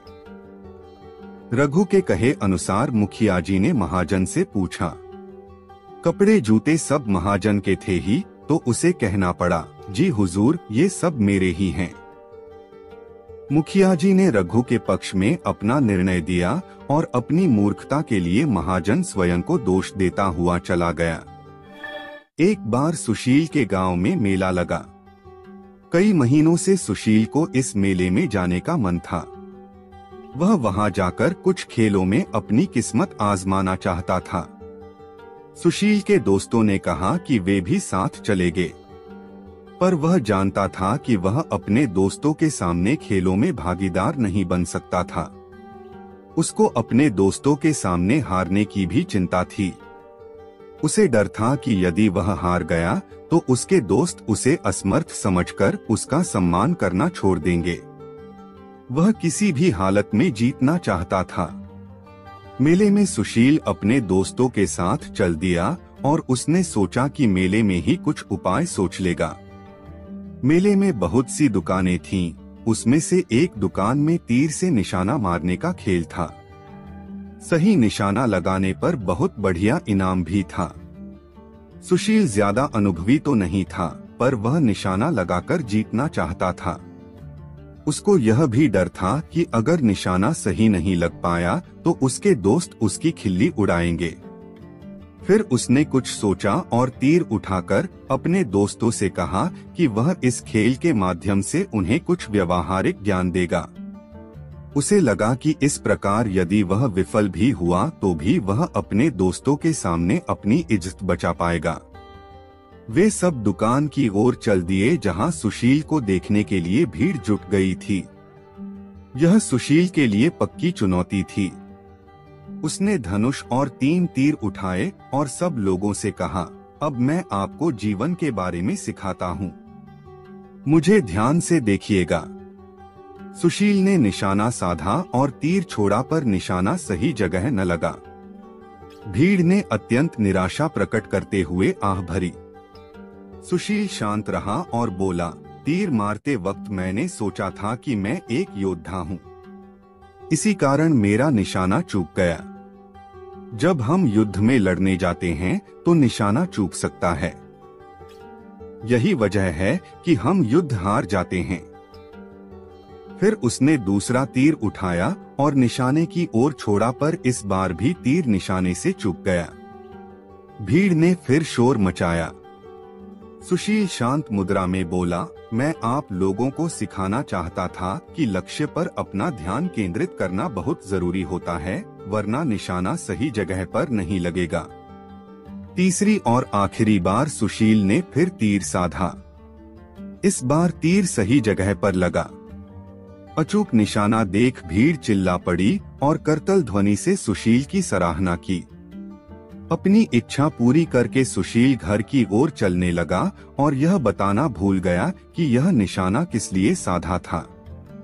भीड़ ने सुशील को शांत देखकर पूछा, अब की बार आपने यह निशाना किसके लिए लगाया? सुशील ने मुस्कुराते हुए कहा, यह निशाना तो मैंने अपने लिए लगाया। मित्र और बाकी एकत्रित लोग इस जवाब से सहमत हो गए और सुशील प्रसन्न था, उसकी लाज जो रह गई थी। एक गरीब आदमी अपनी गरीबी से इतना नाखुश था कि उसने निकट के नदी में अपने जीवन को समाप्त करने के बारे में सोचा। जब वो व्यक्ति नदी के पास गया, वहाँ नदी के किनारे पर एक साधु महाराज थे। उन्होंने उसे ऐसा करने से रोक दिया। साधु ने उस व्यक्ति से जीवन खत्म करने का कारण पूछा तो उस आदमी ने सारी बात साधु महाराज को बताई। आदमी की परेशानियों को सुनकर साधु महाराज ने उसे बताया कि मेरे पास एक उपाय है।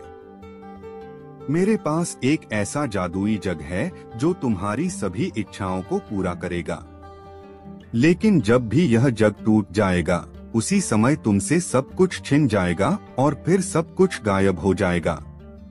साधु ने कहा कि यदि तुम मेरी 2 साल तक सेवा करते हो तो मैं वो जग तुम्हें दे दूंगा, और यदि तुम मेरी सेवा 4 साल तक करते हैं तो मैं तुमको वो जग बनाने के लिए मंत्र भी सिखा दूंगा।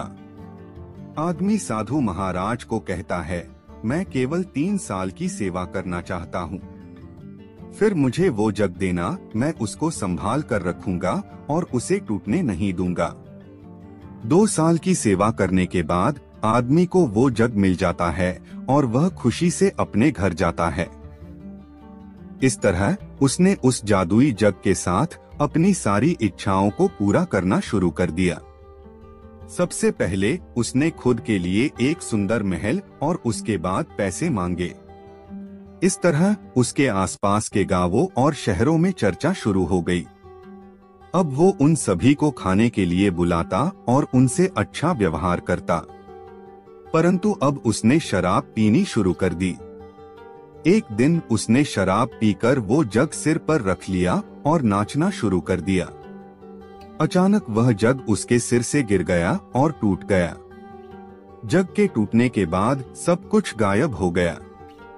अब आदमी ने पश्चाताप करना शुरू कर दिया और कहा, काश मैंने शराब न पी होती, थोड़ा वक्त और रुककर महाराज जी से वो जग बनाने की तरकीब सीख ली होती। इससे हमें यह शिक्षा मिलती है कि हमें कोई भी काम करने के लिए जल्दबाजी नहीं करनी चाहिए। पहले उसके बारे में अच्छी तरह से ज्ञान लेना चाहिए, फिर ही काम शुरू करना चाहिए। एक राजा था जिसका बहुत बड़ा राज्य था। उस राजा को पढ़ने और लिखने का बहुत शौक था। राजा ने सभी मंत्रियों को बुलाया और कहा कि मेरे लिए एक गुरु की व्यवस्था की जाए जो इस राज्य में सबसे ज्यादा शिक्षित हो। मंत्रियों की परिषद ने राजा के लिए एक शिक्षक की व्यवस्था की। शिक्षक अब राजा को सिखाने के लिए रोज उसके महल आता। राजा शिक्षक को गुरुजी कहकर बुलाता, जैसे परंपरा होती। राजा दिल लगाकर पढ़ता रहा। ऐसा कई महीनों तक चलता रहा। राजा दिल लगाकर पढ़ रहा था, पर उसको कुछ भी समझ नहीं आ रहा था।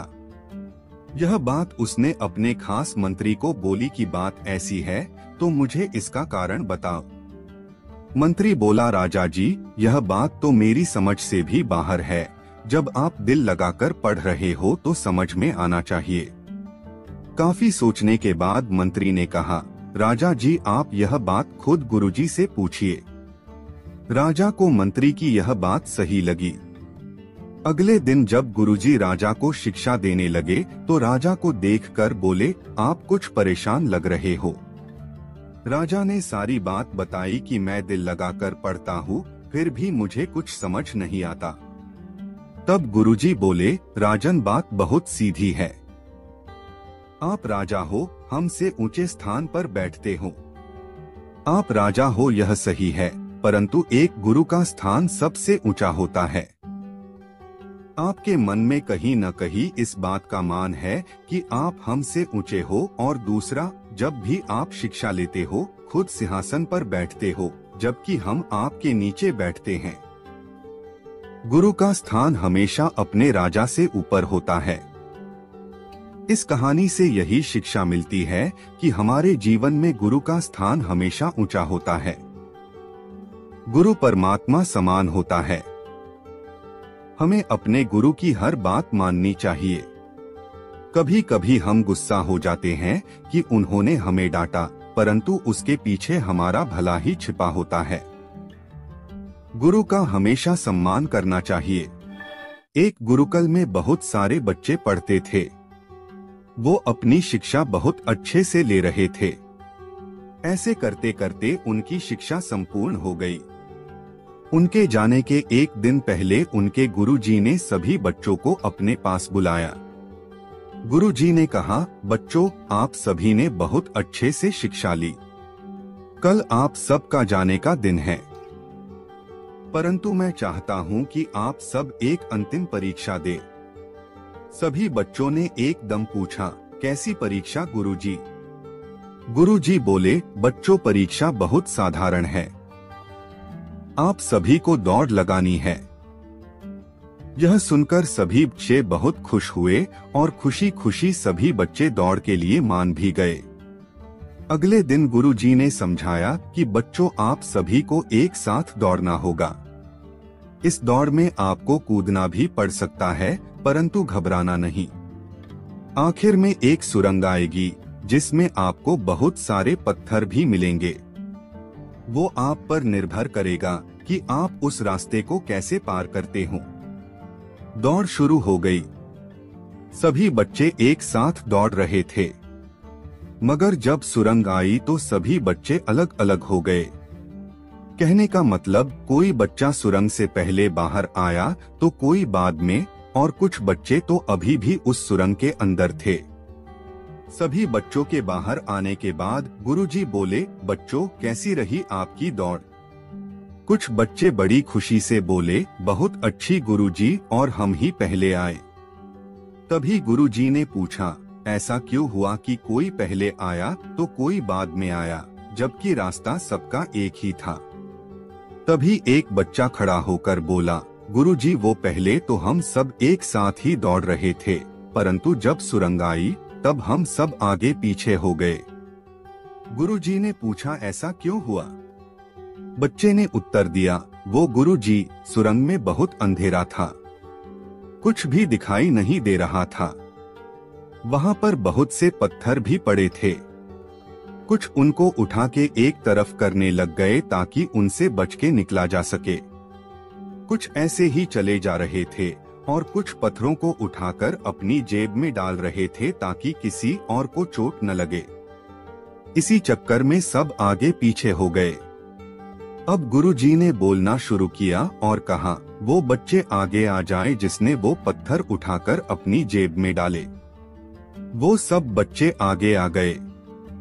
गुरुजी ने कहा, अब अपनी अपनी जेब से वो पत्थर निकालकर मुझे दिखाओ।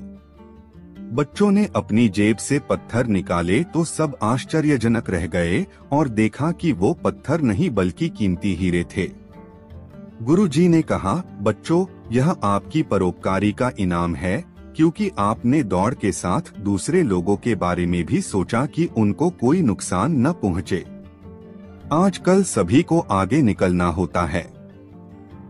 आगे निकलने की दौड़ में हम सही गलत सब कुछ भूल जाते हैं, लेकिन सही शब्दों में सफल इंसान वही होता है जो आगे निकलने के लिए कभी भी किसी का बुरा नहीं सोचता और दूसरे के भले के बारे में पहले सोचता है। यही असल शब्दों में सफलता होगी। एक गांव था जो जंगल के बिल्कुल पास था। वहां के लोग लकड़ी काट कर अपना पेट भरते थे। वो लकड़ी काट कर लाते और शहर में बेच आते थे।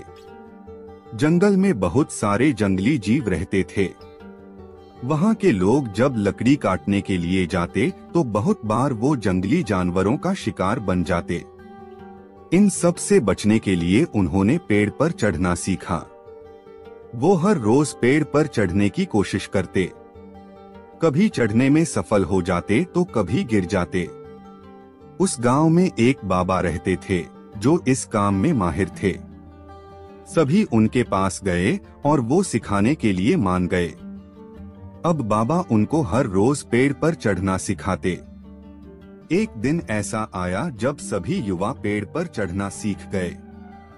आखिर में उनके अभ्यास का आखिरी दिन आ गया। बाबा ने बोला, चलो आज मैं तुम सबकी परीक्षा लेता हूँ। सभी परीक्षा देने के लिए मान गए। अब पहला युवक आया और पेड़ पर जल्दी जल्दी से चढ़ा। वो आधा नीचे आ गया, तभी बाबा बोले, बेटा संभल के नीचे आना। इसी तरह दूसरा युवक जल्दी जल्दी ऊपर चढ़ा और जब बिल्कुल नीचे आ ही गया तो बाबा जी बोले, बेटा संभल कर। फिर तीसरा युवक चढ़ा तो जब वो भी नीचे आने ही लगा तो बाबा बोले, संभल कर बेटा। इसी तरह बाबा ने सबको कहा। सभी हैरान थे कि जब ऊपर जा रहे होते तब बाबा को यह बात बोलनी चाहिए थी, परंतु जब हम नीचे आने ही वाले होते तो क्यों बोलते बाबा जी। किसी की पूछने की हिम्मत नहीं थी। तभी एक युवा बोला, बाबा आपकी एक बात समझ नहीं आई। बाबा ने पूछा, क्या बेटा? युवा बोला, बाबा जब हम पेड़ से नीचे उतरने वाले होते आप तब बोलते संभल कर उतरना, जबकि वहाँ तो हम आराम से नीचे आ सकते। बाबा ने ध्यान से बात सुनी और फिर कहा, बेटा इसका कारण यह है कि जब आप ऊपर जा रहे होते तो खुद ही सावधान होते हो, परंतु गलती तब होती है जब हम अपनी मंजिल के बिल्कुल पास पहुंच जाते हैं। उस समय आप बेफिक्र हो जाते हो कि अब तो कोई रिस्क ही नहीं, जबकि रिस्क उसी समय होता है। सभी बाबा की बात से सहमत थे।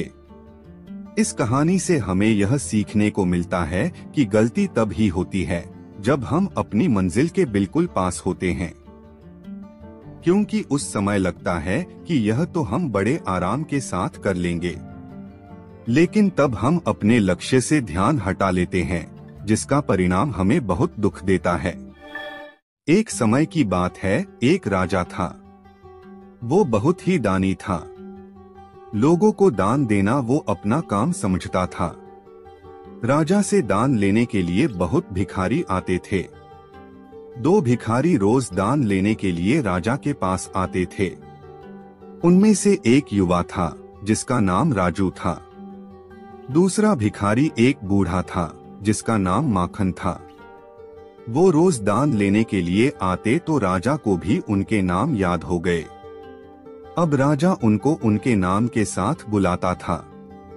ऐसा करते करते 6 महीने हो गए। राजा जब भी दान देता, युवा लड़का जिसका नाम राजू था वो दान लेके बोलता, राजा जी आपका धन्यवाद, आप बहुत दयालु हो।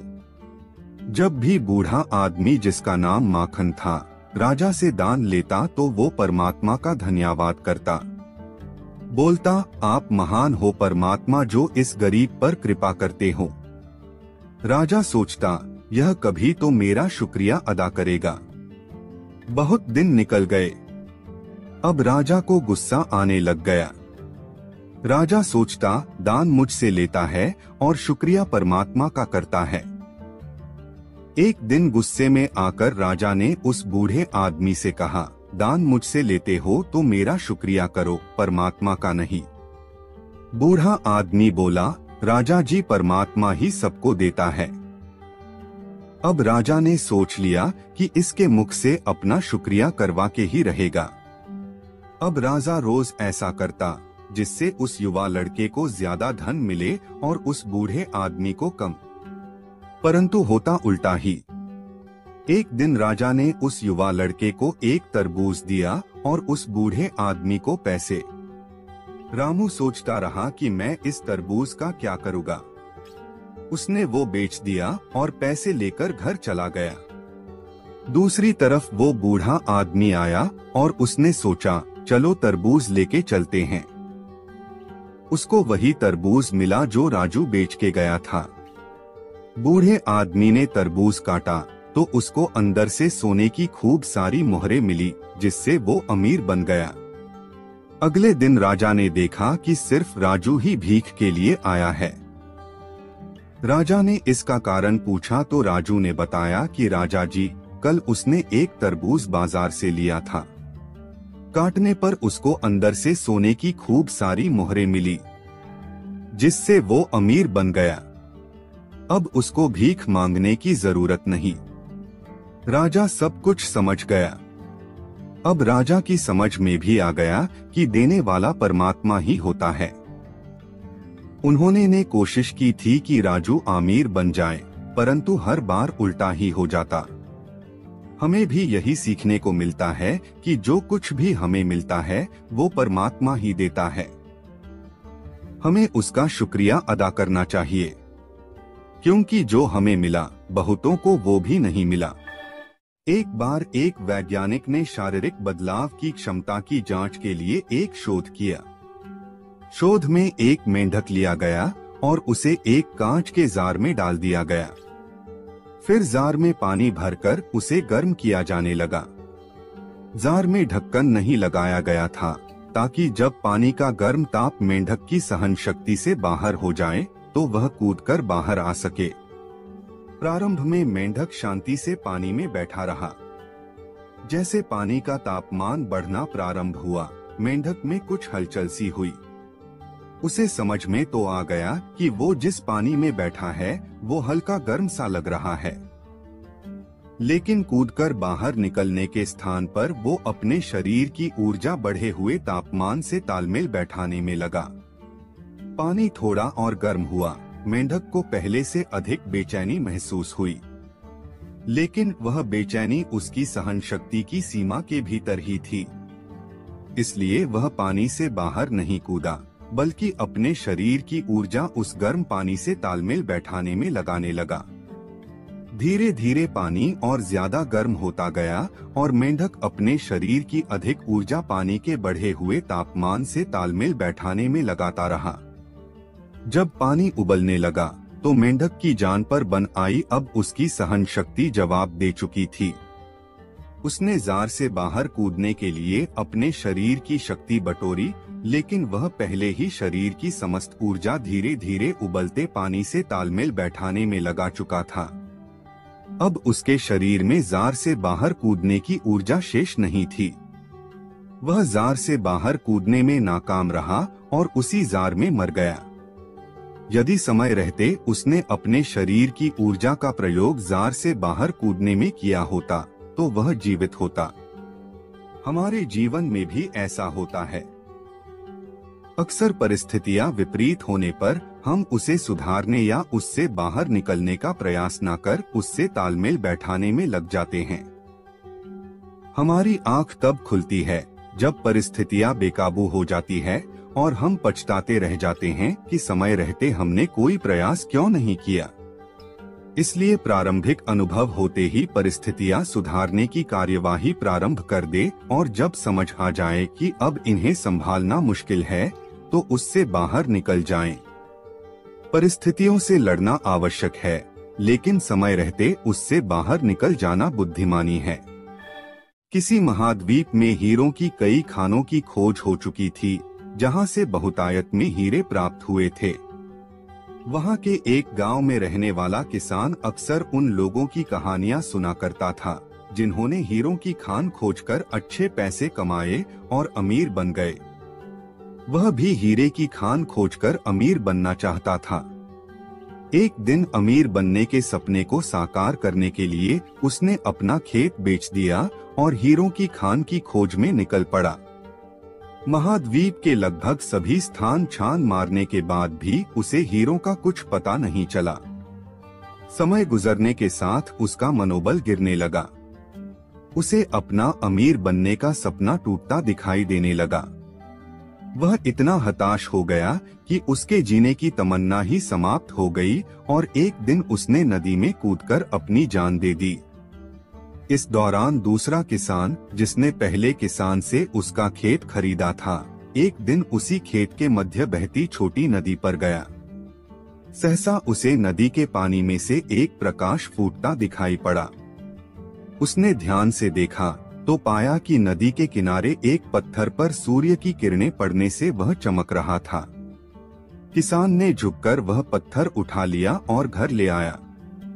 वह एक खूबसूरत पत्थर था। उसने सोचा कि यह सजावट के काम आएगा और उसने उसे घर पर ही सजा लिया। कई दिनों तक वह पत्थर उसके घर पर सजा रहा। एक दिन उसके घर उसका एक मित्र आया। उसने जब वह पत्थर देखा तो हैरान रह गया। उसने किसान से पूछा, मित्र, तुम इस पत्थर की कीमत जानते हो? किसान ने जवाब दिया, नहीं, मेरे ख्याल से ये हीरा है। शायद अब तक खोजे गए हीरों में सबसे बड़ा हीरा, मित्र बोला। किसान के लिए इस बात पर यकीन करना मुश्किल था। उसने अपने मित्र को बताया कि उसे यह पत्थर अपने खेत की नदी के किनारे मिला है। वहां ऐसे और भी पत्थर हो सकते हैं। दोनों खेत पहुंचे और वहां से कुछ पत्थर नमूने के तौर पर चुन लिए। फिर उन्हें जांच के लिए भेज दिया। जब जांच रिपोर्ट आई तो किसान के मित्र की बात सच निकली। वे पत्थर हीरे ही थे। उस खेत में हीरों का भंडार था। वह उस समय की खोजी गई सबसे कीमती हीरे की खदान थी। दूसरा किसान उस खदान की वजह से मालामाल हो गया।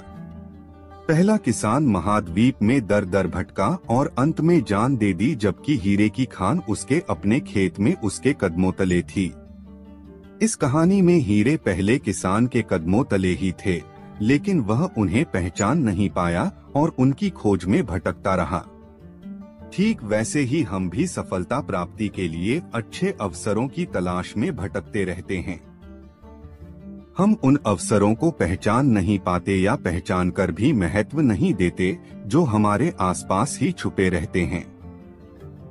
जीवन में सफल होना है तो आवश्यकता है बुद्धिमानी और परख से उन अवसरों को पहचानने की और धैर्य से अनवरत कार्य करने की। सफलता निश्चित होगी। एक साधु घाट किनारे अपना डेरा डाले हुए था। वहां वह धुनी रमाकर दिन भर बैठा रहता और बीच बीच में ऊंची आवाज में चिल्लाता, जो चाहोगे सो पाओगे। उस रास्ते से गुजरने वाले लोग उसे पागल समझते थे। वे उसकी बात सुनकर अनुसना कर देते और जो सुनते वे उस पर हंसते थे। एक दिन एक बेरोजगार युवक उस रास्ते से गुजर रहा था। साधु की चिल्लाने की आवाज उसके कानों में भी पड़ी, जो चाहोगे सो पाओगे, जो चाहोगे सो पाओगे। ये वाक्य सुनकर वह युवक साधु के पास आ गया और उससे पूछने लगा, बाबा, आप बहुत देर से जो चाहोगे सो पाओगे चिल्ला रहे हो, क्या आप सच में मुझे वो दे सकते हो जो मैं पाना चाहता हूँ? साधु बोला, हाँ बेटा, लेकिन पहले तुम मुझे ये बताओ कि तुम पाना क्या चाहते हो? बाबा, मैं चाहता हूँ कि एक दिन मैं हीरों का बहुत बड़ा व्यापारी बनूं। क्या आप मेरी ये इच्छा पूरी कर सकते हैं? युवक बोला। बिल्कुल बेटा, मैं तुम्हें एक हीरा और एक मोती देता हूँ, उससे तुम जितने चाहे हीरे मोती बना लेना, साधु बोला। साधु की बात सुनकर युवक की आंखों में आशा की ज्योति चमक उठी। फिर साधु ने उसे अपनी दोनों हथेलियां आगे बढ़ाने को कहा। युवक ने अपनी हथेलियां साधु के सामने कर दी। साधु ने पहले उसकी एक हथेली पर अपना हाथ रखा और बोला, बेटा, ये इस दुनिया का सबसे अनमोल हीरा है। इसे समय कहते हैं। इसे जोर से अपनी मुट्ठी में जकड़ लो, इसके द्वारा तुम जितने चाहे उतने हीरे बना सकते हो, इसे कभी अपने हाथ से निकलने मत देना।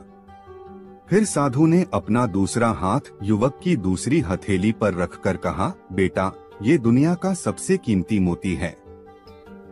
इसे धैर्य कहते हैं। जब किसी कार्य में समय लगाने के बाद भी वांछित परिणाम प्राप्त ना हो, तो इस धैर्य नामक मोती को धारण कर लेना। यदि यह मोती तुम्हारे पास है तो तुम दुनिया में जो चाहो वो हासिल कर सकते हो।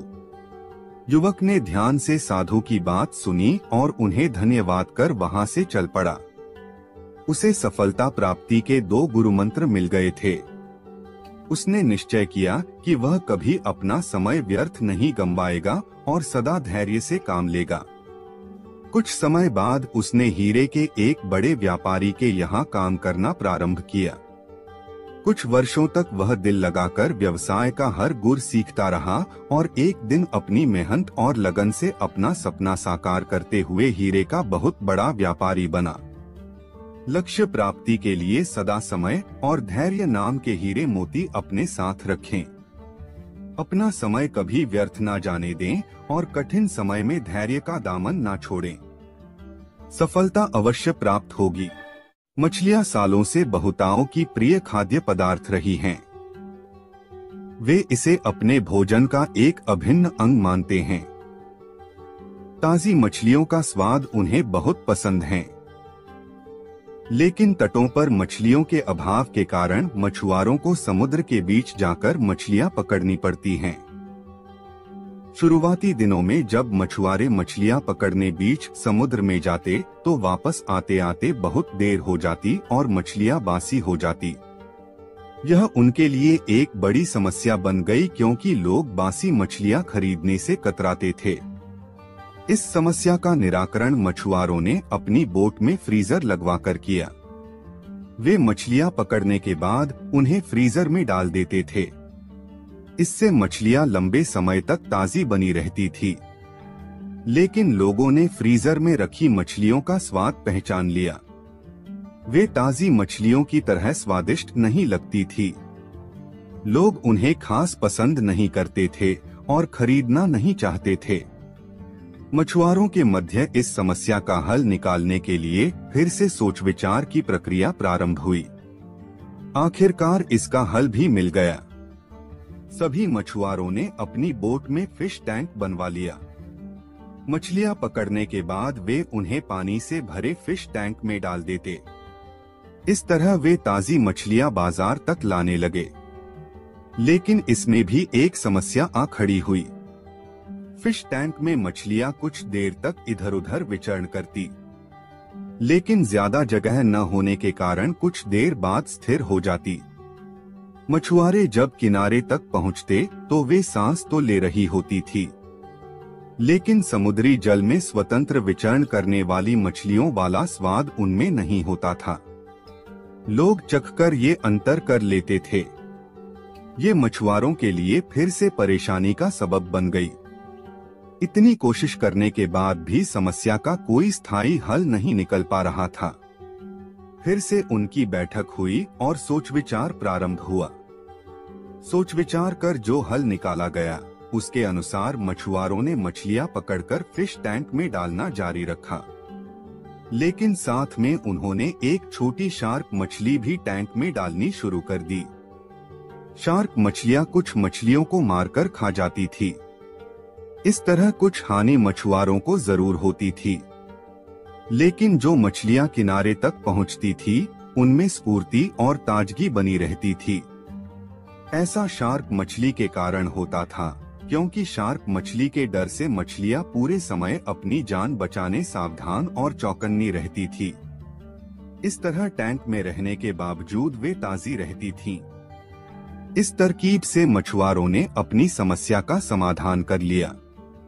जब तक हमारी जिंदगी में शार्क रूपी चुनौतियां नहीं आती, हमारा जीवन टैंक में पड़ी मछलियों की तरह ही होता है, बेजान और नीरस। हम सांस तो ले रहे होते हैं, लेकिन हम में जिंदादिली नहीं होती। हम बस एक ही रूटीन से बंध कर रह जाते हैं। धीरे धीरे हम इसके इतने आदी हो जाते हैं कि चुनौतियां आने पर बड़ी जल्दी उसके सामने दम तोड़ देते हैं या हार मान जाते हैं। धीरे धीरे चुनौतियों और मेहनत के डर से हम बड़े सपने देखना छोड़ देते हैं और हालातों से समझौता कर साधारण जीवन व्यतीत करने लगते हैं। यदि जीवन में बड़ी और असाधारण सफलता हासिल करनी है तो बड़े सपने देखने होंगे। सपनों को वास्तविकता में परिवर्तित करने के लिए कड़ी मेहनत करनी होगी। चुनौतियों का सामना करने के लिए खुद को तैयार करना होगा, तभी बड़ी और असाधारण सफलता की प्राप्ति होगी। एक शहर में एक परिश्रमी, ईमानदार और सदाचारी लड़का रहता था। माता पिता, भाई बहन, मित्र, रिश्तेदार सब उसे बहुत प्यार करते थे। सबकी सहायता को तत्पर रहने के कारण पड़ोसी से लेकर सहकर्मी तक उसका सम्मान करते थे। सब कुछ अच्छा था, किंतु जीवन में वह जिस सफलता प्राप्ति का सपना देखा करता था वह उससे कोसों दूर था। वह दिन रात जी जान लगाकर मेहनत करता, किंतु असफलता ही उसके हाथ लगती। उसका पूरा जीवन ऐसे ही निकल गया और अंत में जीवन चक्र से निकलकर वह कालचक्र में समा गया। चूंकि उसने जीवन में सुकर्म किए थे, इसलिए उसे स्वर्ग की प्राप्ति हुई। देवदूत उसे लेकर स्वर्ग पहुँचे। स्वर्गलोक का अलौकिक सौंदर्य देख वह मंत्रमुग्ध हो गया और देवदूत से बोला, ये कौन सा स्थान है? ये स्वर्गलोक है। तुम्हारे अच्छे कर्म के कारण तुम्हें स्वर्ग में स्थान प्राप्त हुआ है। अब से तुम यहीं रहोगे, देवदूत ने उत्तर दिया। यह सुनकर लड़का खुश हो गया। देवदूत ने उसे वह घर दिखाया जहां उसके रहने की व्यवस्था की गई थी। वह एक आलीशान घर था। इतना आलीशान घर उसने अपने जीवन में कभी नहीं देखा था। देवदूत उसे घर के भीतर लेकर गया और एक एक कर सारे कक्ष दिखाने लगा। सभी कक्ष बहुत सुंदर थे। अंत में वह उसे एक ऐसे कक्ष के पास लेकर गया जिसके सामने स्वप्न कक्ष लिखा हुआ था। जब वे उस कक्ष के अंदर पहुंचे तो लड़का यह देखकर दंग रह गया कि वहां बहुत सारी वस्तुओं के छोटे छोटे प्रतिरूप रखे हुए थे। ये वही वस्तुएं थीं जिन्हें पाने के लिए उसने आजीवन मेहनत की थी, किंतु हासिल नहीं कर पाया था। आलीशान घर, कार, उच्चाधिकारी का पद और ऐसी ही बहुत सी चीजें जो उसके सपनों में ही रह गए थे। वह सोचने लगा कि इन चीजों को पाने के सपने मैंने धरती लोक में देखे थे, किंतु वहां तो ये मुझे मिले नहीं। अब यहाँ इनके छोटे प्रतिरूप इस तरह क्यों रखे हुए हैं? वह अपनी जिज्ञासा पर नियंत्रण नहीं रख पाया और पूछ बैठा, ये सब यहाँ इस तरह, इसके पीछे क्या कारण है? देवदूत ने उसे बताया, मनुष्य अपने जीवन में बहुत से सपने देखता है और उनके पूरा हो जाने की कामना करता है, किंतु कुछ ही सपनों के प्रति वह गंभीर होता है और उन्हें पूरा करने का प्रयास करता है। ईश्वर और ब्रह्मांड मनुष्य के हर सपने पूरा करने की तैयारी करते हैं, लेकिन कई बार असफलता प्राप्ति से हताश होकर और कई बार दृढ़ निश्चय की कमी के कारण मनुष्य उस क्षण प्रयास करना छोड़ देता है जब उसके सपने पूरे होने वाले ही होते हैं। उसके वही अधूरे सपने यहाँ प्रतिरूप के रूप में रखे हुए हैं। तुम्हारे सपने भी यहाँ प्रतिरूप के रूप में रखे हैं। तुमने अंत समय तक हार न मानी होती तो उसे अपने जीवन में प्राप्त कर चुके होते। लड़के को अपने जीवन काल में की गई गलती समझ आ गई, किंतु मृत्यु पश्चात अब वह कुछ नहीं कर सकता था।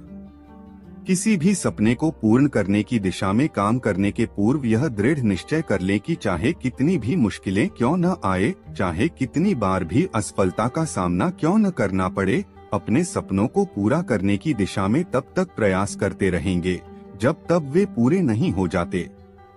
अन्यथा समय निकल जाने के बाद यह मलाल रह जाएगा कि काश मैंने थोड़ा प्रयास और किया होता।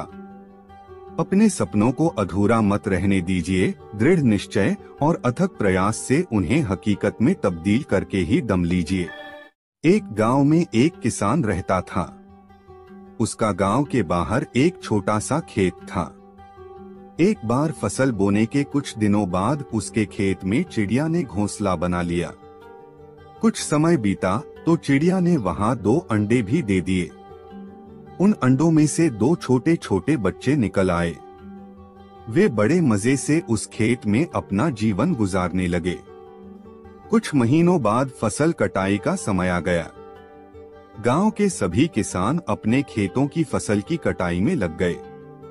अब चिड़िया और उसके बच्चों का वह खेत छोड़कर नए स्थान पर जाने का समय आ गया था। एक दिन खेत में चिड़िया के बच्चों ने किसान को यह कहते सुना कि कल मैं फसल कटाई के लिए अपने पड़ोसी से पूछूंगा और उसे खेत में भेजूंगा। यह सुनकर चिड़िया के बच्चे परेशान हो गए। उस समय चिड़िया कहीं गई हुई थी। जब वह वापस लौटी तो बच्चों ने उसे किसान की बात बताते हुए कहा, माँ, आज हमारा यहाँ अंतिम दिन है।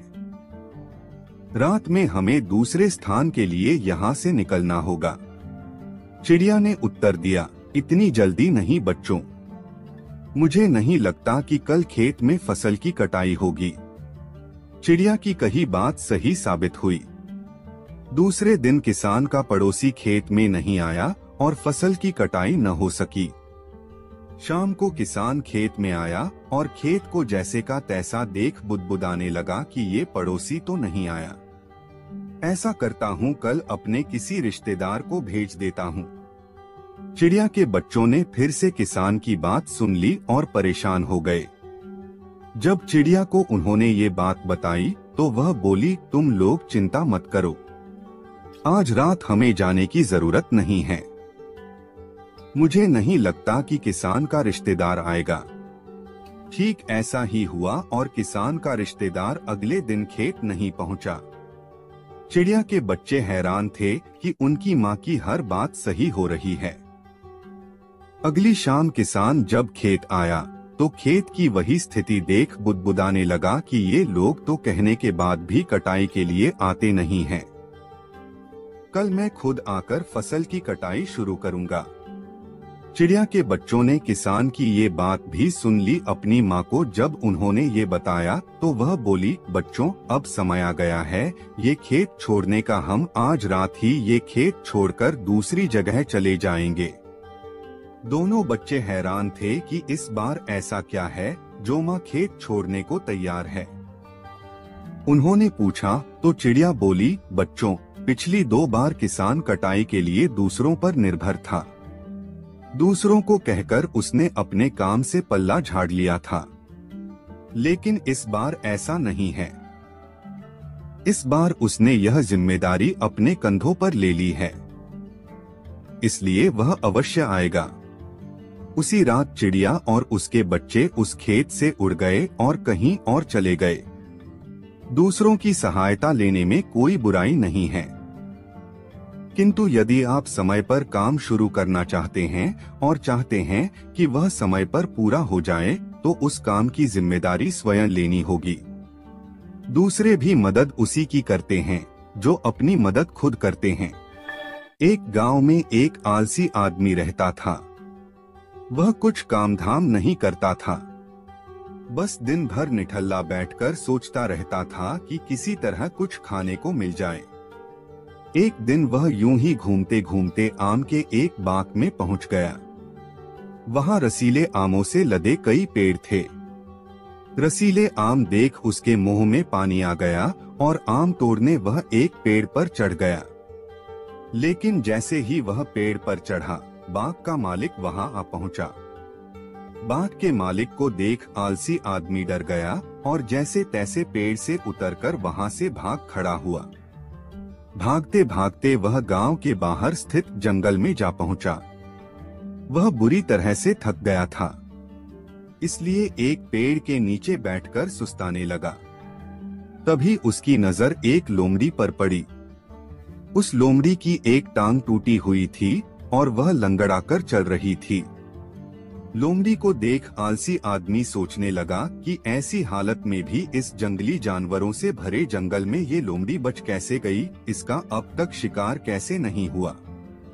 जिज्ञासा में वह एक पेड़ पर चढ़ गया और वहां बैठकर देखने लगा कि अब इस लोमड़ी के साथ आगे क्या होगा। कुछ ही पल बीते थे कि पूरा जंगल शेर की भयंकर दहाड़ से गूंज उठा, जिसे सुनकर सारे जानवर डरकर भागने लगे।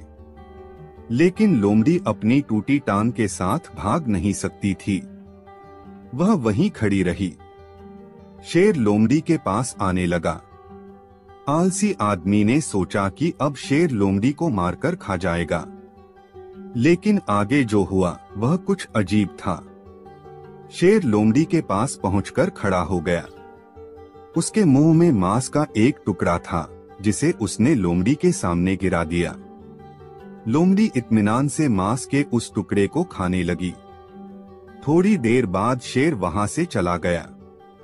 यह घटना देख आलसी आदमी सोचने लगा कि भगवान सच में सर्वेसर्वा है। उसने धरती के समस्त प्राणियों के लिए, चाहे वह जानवर हो या इंसान, खाने पीने का प्रबंध कर रखा है। वह अपने घर लौट आया। घर आकर वह 2 से 3 दिन तक बिस्तर पर लेटकर प्रतीक्षा करने लगा कि जैसे भगवान ने शेर के द्वारा लोमड़ी के लिए भोजन भिजवाया था, वैसे ही उसके लिए भी कोई न कोई खाने पीने का सामान ले आएगा। लेकिन ऐसा कुछ नहीं हुआ। भूख से उसकी हालात खराब होने लगी। आखिरकार उसे घर से बाहर निकलना ही पड़ा। घर के बाहर उसे एक पेड़ के नीचे बैठे हुए बाबा दिखाई पड़े। वह उनके पास गया और जंगल का सारा वृतांत सुनाते हुए वह बोला, बाबा जी, भगवान मेरे साथ ऐसा क्यों कर रहे हैं? उनके पास जानवरों के लिए भोजन का प्रबंध है, लेकिन इंसानों के लिए नहीं। बाबा जी ने उत्तर दिया, बेटा, ऐसी बात नहीं है। भगवान के पास सारे प्रबंध है, दूसरों की तरह तुम्हारे लिए भी, लेकिन बात यह है कि वे तुम्हें लोमड़ी नहीं शेर बनाना चाहते हैं। हम सबके भीतर क्षमताओं का असीम भंडार है, बस अपनी अज्ञानतावश हम उन्हें पहचान नहीं पाते और स्वयं को कमतर समझकर दूसरों की सहायता की प्रतीक्षा करते रहते हैं। स्वयं की क्षमता पहचानिए, दूसरों की सहायता की प्रतीक्षा मत करिए। इतने सक्षम बनिए कि आप दूसरों की सहायता कर सकें। एक बार की बात है, एक राजा किसी बात पर अपने वजीर से नाराज हो गया। नाराजगी में उन्होंने वजीर के लिए फांसी की सजा का ऐलान कर दिया। फांसी का समय शाम के 6 बजे मुकर्रर किया गया। फांसी की सजा दिए जाते समय वजीर दरबार में उपस्थित नहीं था। राजा ने सैनिकों को आदेश दिया, जाओ, जाकर वजीर को बता दो कि शाम को ठीक 6 बजे उसे फांसी पर लटका दिया जाएगा। राजा का आदेश मान 2 सैनिक वजीर के घर पहुँचे। वह दोनों सैनिक वजीर के घर के अंदर गए। अंदर जाने पर उन्होंने देखा कि वहाँ तो जश्न का माहौल है। उस दिन वजीर का जन्मदिन था। उसके घर पर रिश्तेदारों और दोस्तों की चहल पहल थी। संगीत बज रहा था, नाच गाना चल रहा था। पूरे घर में पकवान की खुशबू फैल रही थी। कुल मिलाकर वहाँ का माहौल बड़ा खुशनुमा था। सैनिकों ने भरी महफिल में ऐलान कर वजीर को फांसी की सजा के बारे में बताया। यह भी बताया कि फांसी शाम 6 बजे दी जाएगी। यह ऐलान सुनकर वहाँ मौजूद हर शख्स हैरान रह गया। फौरन संगीत और नाच गाना बंद कर दिया गया। रिश्तेदार, दोस्त और परिवारजन उदास हो गए। तभी कमरे में छाई खामोशी में वजीर की आवाज गूंजी, ऊपर वाले का लाख लाख शुक्रिया कि उसने फांसी के लिए शाम 6 बजे तक का वक्त दे दिया। तब तक हम सब जश्न मना सकते हैं। वजीर की बात सुनकर दोस्तों, रिश्तेदारों और परिवारजनों ने कहा, कैसी बात कर रहे हो? फांसी की सजा सुनाई गई है तुम्हें और तुम जश्न मनाना चाहते हो। वजीर ने किसी तरह सबको समझाया और जश्न फिर से शुरू करवाया। दोस्त उदास थे, लेकिन वजीर की खुशी के लिए जश्न में शामिल हो गए। यह खबर सैनिकों द्वारा राजा तक पहुंचाई गई। राजा पूरा माजरा जानने वजीर के घर पहुंच गया। वहां पहुंचकर तो वह भी दंग रह गया। उसने वजीर से कहा, तुम पागल हो गए हो क्या? शाम 6 बजे तुम्हें फांसी पर लटका दिया जाएगा और तुम जश्न मना रहे हो। वजीर बड़े ही अदब से बोला, हुजूर, आपका बहुत बहुत शुक्रिया कि आपने फांसी का वक्त शाम 6 बजे मुकर्रर किया। इस तरह मुझे शाम 6 बजे तक का वक्त मिल सका। यदि आप मुझे ये वक्त न देते तो मैं अपने परिवार, दोस्तों और रिश्तेदारों के साथ जश्न कैसे मना पाता? फांसी पर लटकने के पहले मेरे पास शाम तक का वक्त है। ये मैं क्यों जाया करूं? मेरे पास जितना भी वक्त है उसे मैं खुशी खुशी गुजारना चाहता हूं। ये बात सुनकर राजा ने वजीर को गले लगा लिया और कहा, जिस इंसान को वक्त की कदर है, जो जिंदगी का हर लम्हा खुशी खुशी गुजारना चाहता है, उसे मौत कैसे दी जा सकती है, उसे जीने का पूरा हक है। तुम्हारी बातों ने हमारा दिल खुश कर दिया। तुम्हारी फांसी की सजा माफ की जाती है। जिंदगी खूबसूरत है, इसका हर लम्हा खुशी के साथ गुजारें। ये जरूर है कि जिंदगी में कई बार मुश्किलों भरा वक्त सामने आ खड़ा होता है और हम परेशान हो जाते हैं। ऐसे में हम जिंदगी जीना ही छोड़ देते हैं। मुश्किलों से हारे नहीं, उसका सामना करें और खुशी के साथ करें। जो भी समय आपके पास है उसका पूरा सदुपयोग करें। ये जिंदगी बार बार नहीं मिलने वाली, इसे खुलकर जिए।